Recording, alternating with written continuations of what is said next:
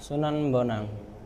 Sunan Bonang merupakan salah satu tokoh penting yang mendakwakan Islam di Nusantara, khususnya di Pulau Jawa. Sunan Bonang merupakan salah satu wali dari 9 wali yang ada di Indonesia. Nama asli Sunan Bonang ialah Raden Makhdum Ibrahim. Ia merupakan putra dari Sunan Ampel dengan Nyi Ageng Manila. Saudara Sunan Bonang merupakan Sunan Derajat. Sunan Bonang lahir di lingkungan bangsawan pesisir yang sangat kosmopolit. Ia ditugaskan oleh ayahnya untuk berdakwah di utara Pulau Jawa, tepatnya di Tuban, karena masyarakat di sana masih kental dengan budaya sebelumnya, yaitu budaya Hindu. Di sana Sunan Bonang mengurus sebuah jaringan santri dan juga elit maritim. Ia mengajarkan tentang sebuah mandala, yaitu dakwah yang berhubungan dengan fikih, tasawuf, dan juga etos kerja pesisir. Di sana juga ia menduduksikan dakwah Islam menjadi kultur pelabuhan, sehingga itu dapat diterima masyarakat dan masyarakat tidak menganggap hal itu sebagai sesuatu yang asing. Di tangan Sunan Bonang, pesantren itu bukan hanya tempat untuk menimba ilmu agama, tidak hanya itu. Namun Sunan Bonang menjadikan pesantren itu sebagai pelatihan bagi murid-muridnya untuk memimpin. Salah satu muridnya yang bernama Raden Fattah, yang kelak akan menjadi pendiri Kesultanan Demak, ia pun dididik oleh Sunan Bonang sehingga berhasil mencapai hal tersebut.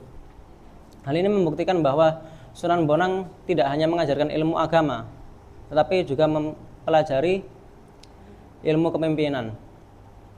Warisan yang diwariskan oleh Sunan Bonang itu tercantum dalam naskah-naskah suluk yang berbahasa Jawa. Suluk yang paling terkenal ialah suluk Wujil, yang menceritakan tentang seorang murid yang mencari kebenaran. Lalu ia dibimbing oleh gurunya menuju tauhid yang jernih. Selain itu, ada juga korpus yang lain, yaitu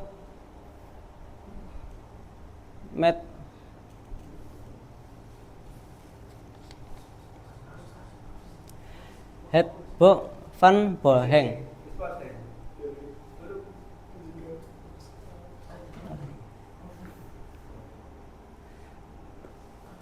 Yang berisi teguran-teguran etis ortodoks ala Bonang. Dakwahnya dalam Islam itu akrab dengan Bonang, yaitu salah satu bagian dari gamelan. Karena itu ia disebut sebagai Sunan Bonang.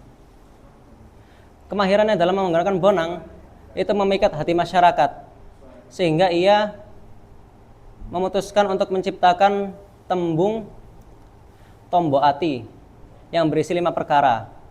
Yang pertama adalah membaca Al-Quran dan maknanya. Yang kedua, mengerjakan sholat. Yang ketiga, berkumpul dengan orang-orang soleh. Yang keempat, berpuasa. Dan yang kelima adalah mengingat Allah. Kaderisasi yang dilakukan oleh Sunan Bonang itu terbukti berhasil karena melahirkan generasi ulama yang memikat tugas mengarahkan negara menuju pada syariat, yaitu sebuah konsep di mana wilayah tersebut dinaungi oleh sebuah daulah khilafah Islamiyah. Ia juga mengajarkan pada masyarakat agar iman itu harus melahirkan sebuah tatanan hidup dan syariat harus melahirkan sebuah pola sikap. Dari sini kita bisa belajar bahwa agama dan tatanan hidup itu merupakan satu kesatuan, bukan dua jalan yang berbeda. Di jalan itulah Sunan Bonang berjalan dengan mengajarkan tauhid, mengajarkan agar merawat budaya yang tidak melanggar syariat, juga menata negara agar sesuai dengan syariat. Sekian dari saya. Wassalamualaikum warahmatullahi wabarakatuh.